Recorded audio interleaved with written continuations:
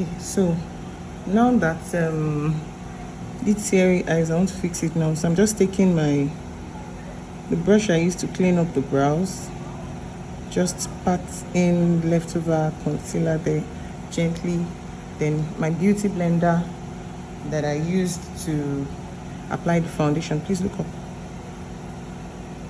I'll just pat that place in gently. The beauty blender is no longer as damp as it was. So now I'm going to take pressed powder with the damp beauty sponge and just fix that area up.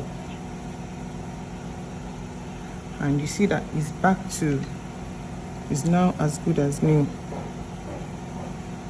So just my damp beauty sponge in compact powder.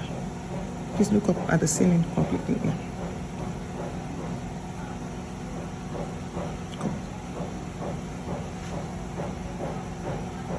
Camera.